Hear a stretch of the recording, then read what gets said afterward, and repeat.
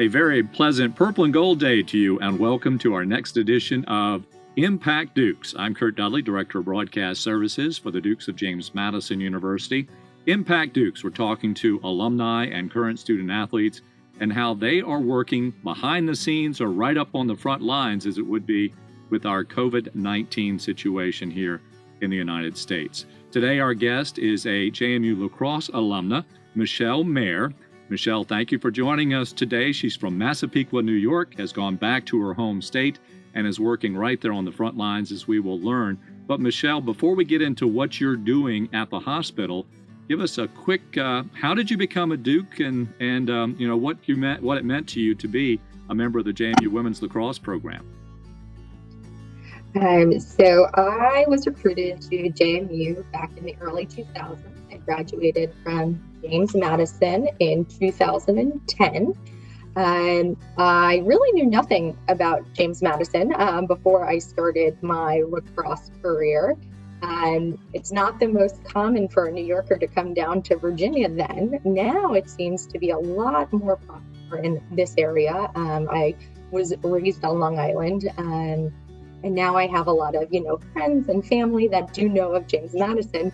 But initially it was lacrosse that brought me there. I didn't know all that much about the university, but when I came to my campus visit, I fell in love. I absolutely loved everything that the campus had to offer, and I was excited to be a part of the JMU lacrosse.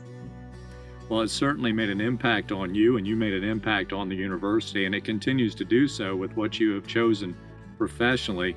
When you left James Madison University, you continued your academics, and explained to our viewers, your career path, how you have wound up where you are today, and then we'll get into what you're doing today on a weekly basis. Sure. So after I graduated from James Madison, I had a bachelor's degree in health sciences. I knew I wanted to go into the medical field. I decided to focus my concentration while I was at James Madison to get credentials to apply to physician assistant school. Following graduating James Madison in 2010, I went to Touro College in New York City, where I got a master's degree in physician assistant studies. And from there, I understand you worked in basically cardiology, but as this pandemic came about, you got reassigned and you got right into, those of us from around the country, all the news was pouring out of New York City, and you were right there where much of it actually began, from the pandemic and its impact on the United States. That's correct, Kurt. I currently, since I've been out of school, I've been working at Columbia University Irving Medical Center, which is located in Manhattan. I also live in Manhattan. I work in cardiology. In the last few years, I transitioned to doing outpatient medicine, and our outpatient assignments, were cut with COVID because there was not much going on. We weren't allowing people to come to the hospital for routine office visits and testing. So I was one of the lucky ones that was redeployed. I work for a large health system. Our health system owns numerous smaller hospitals. So I was redeployed to one of our smaller hospitals in Westchester County, where this pandemic seemed to have initially started, just down the block from it. And I was in ICU, caring only for patients with COVID-19. I put in a long 10 weeks up there in the ICU, trying my best to keep these patients safe. Well, it's interesting because I know as student athletes, you have the rigors and the regulation of what you need to do academically as well as athletically. And now the hours that you put in are pretty impressive, very incredible, and probably got its foundation when you were at James Madison. Can you speak to the fact of how you have that longevity to go to finish? I can hear your coaches now saying you got to finish this game the whole way, and you've got to have a mental strength to go through all of this, to cope with those long 12, 14, 15-hour days. So the days were long and they were grueling. And, you wear a mask, you wear a gown, you wear gloves. Most days you had to wear 2 masks. There were long, long days, with minimal breaks. But it was one of those things, you saw people sick and dying near you, and you needed to do everything you could to help these people. It was kind of a no-brainer, and it was a flight or fight reaction. You just sprung into action.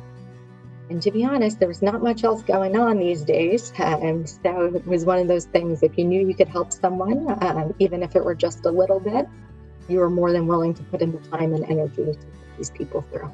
How much downtime did you have, Michelle, between going to work and going back? Did you have a couple of days off in there, or was it 7 days a week until we get through this situation?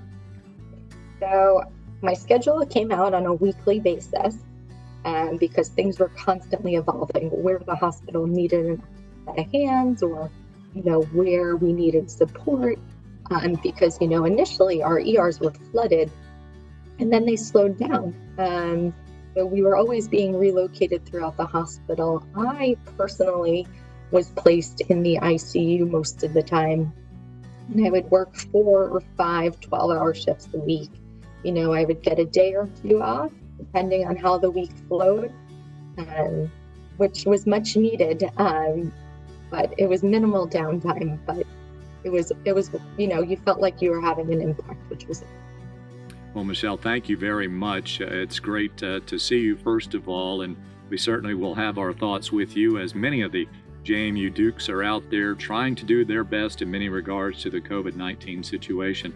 Before I let you go, do you keep up with many of your teammates from back in the 2010 era? I do. I keep up with a lot of my teammates. It's good to see them all. I mean, this will probably be the longest stretch I'll go without seeing a lot of them. So it will be tough, but hopefully, brighter times are around the corner.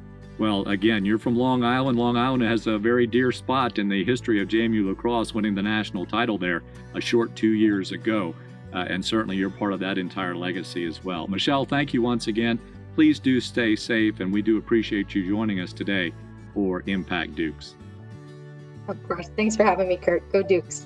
Go Dukes indeed. Michelle Maier, former women's lacrosse player for the Dukes of James Madison University, and our guest today on Impact Dukes.